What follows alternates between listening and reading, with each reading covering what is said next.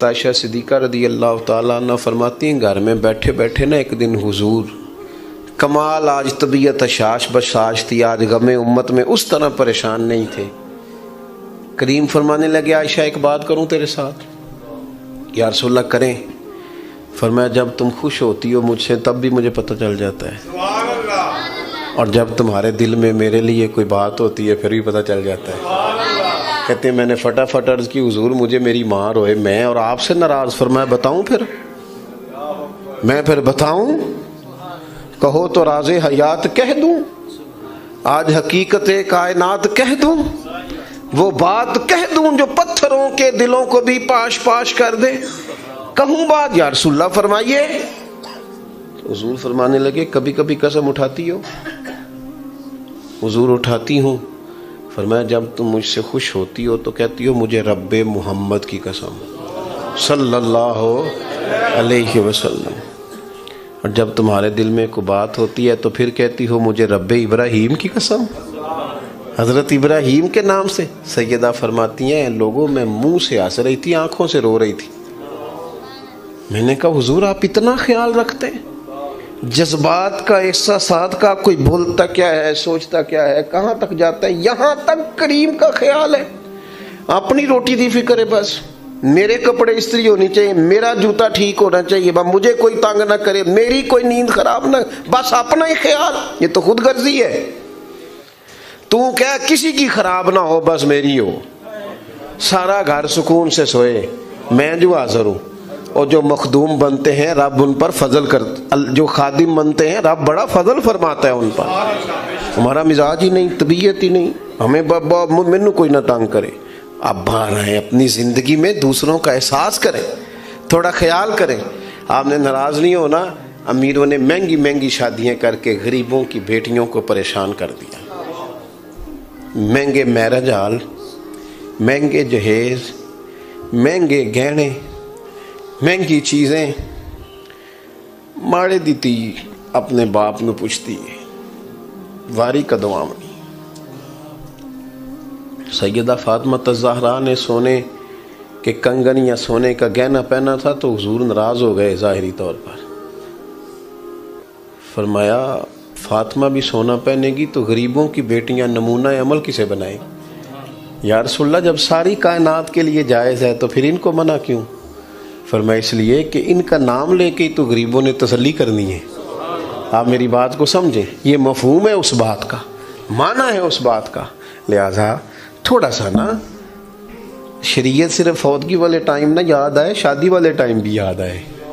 ہاں اللہ رسول صرف دکھوں کا رشتہ ہے۔ فوتگی کو ہو گئے تو مولوی بلا لو، اور منگنی آئے تو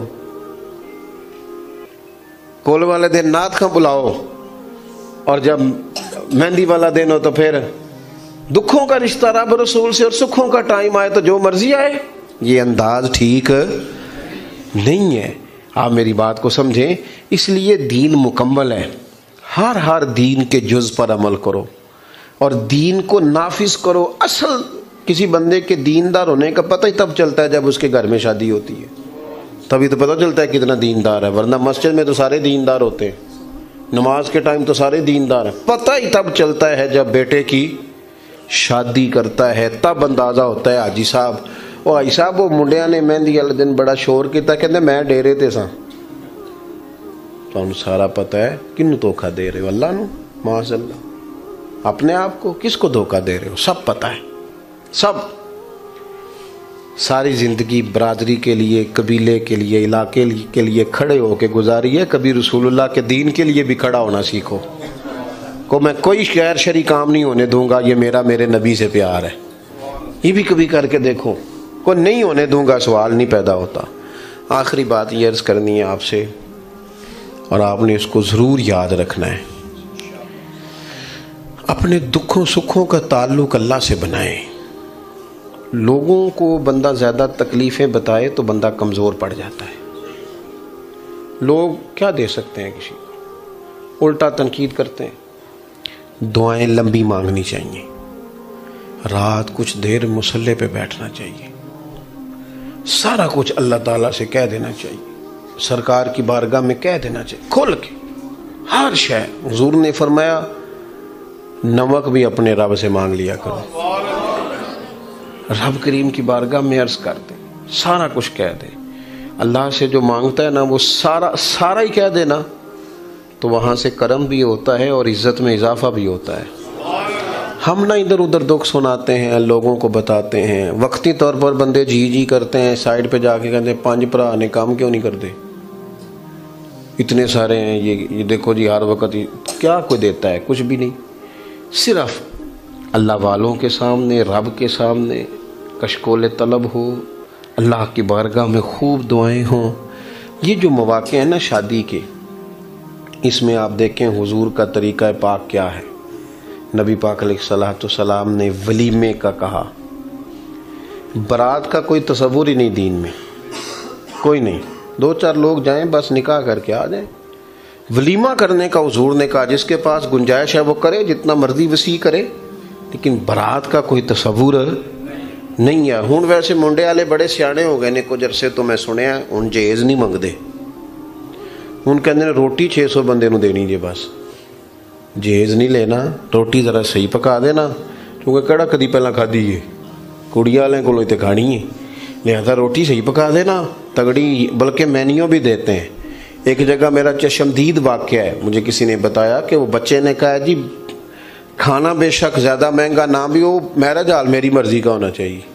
کیا مذاق ہے, کون سی چیز ایسی ہے جو, یہ زیادہ سال نہیں گزرے, آپ کو 15-16 سال پہلے کی بات بتا رہا ہوں. ہمارے خاندان میں ایک شادی تھی تو دادا جی ناراض ہو گئے, کہنے لگے نہیں میرج حال جانا, کڑیاں کروں ٹوری دیاں نے, تیاں نو کروں ٹوری دے, جان نہیں دینا.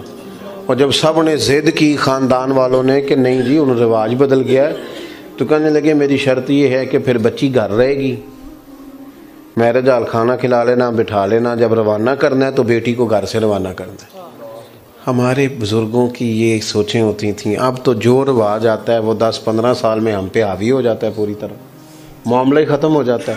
اس لیے دین مکمل ہے, اس کی مکمل, اور یہ کر کے دیکھیں آپ, یقین کریں اتنا آسان ہے نا, بندہ اپنے آپ کو سکون میں کر لیتا ہے جب وہ رسول اللہ کے دین پہ چلنا شروع ہو جاتا ہے. اس کے لیے آسانی ہو جاتی ہے, زندگی آسان ہو جاتی ہے. دعا کرتا ہوں اللہ تعالی ہمارے ان بھائیوں کو برکت عطا کرے, ہم سب کا یہاں جمع ہونا اپنی بارگاہ میں قبول کرے. آخر دعوانا الحمدللہ رب العالمین. محفل اللہم صلی علی سیدنا محمد. اللہ تعالی ہماری حاضری قبول فرما, ہمارے گناہ معاف فرما, ہماری غلطیوں سے درگزر فرما, علم نفع والا, عمل اخلاص والے عطا فرما, بیماروں کو شفا دے دے, مقروضوں کو قرض کے بوجھ سے رہا کر دے, تنگ دستوں کے رزق میں وسعت کر دے, جو بے گھر ہیں انہیں اپنی چھت دے دے, جو بے آسرا ہیں ان کی مدد فرما. کریم مالک اپنی رحمتوں کے گہرے اور گھنے سائے ہمیں عطا فرما. ہمارا ملک جس انتشار کا شکار ہے, افتراق کا شکار ہے, یا اللہ یہاں بسنے والوں پہ رحمت فرما. اے اللہ غریبوں کی مدد فرما, لاچاروں کی مدد فرما, حکمرانوں کو ہدایت کی توفیق عطا فرما. اللہ ہم سب کو نبی رحمت علیہ السلام کے دروازے کی گدائی عطا فرما, سنت شریعت کا پاس عطا فرما.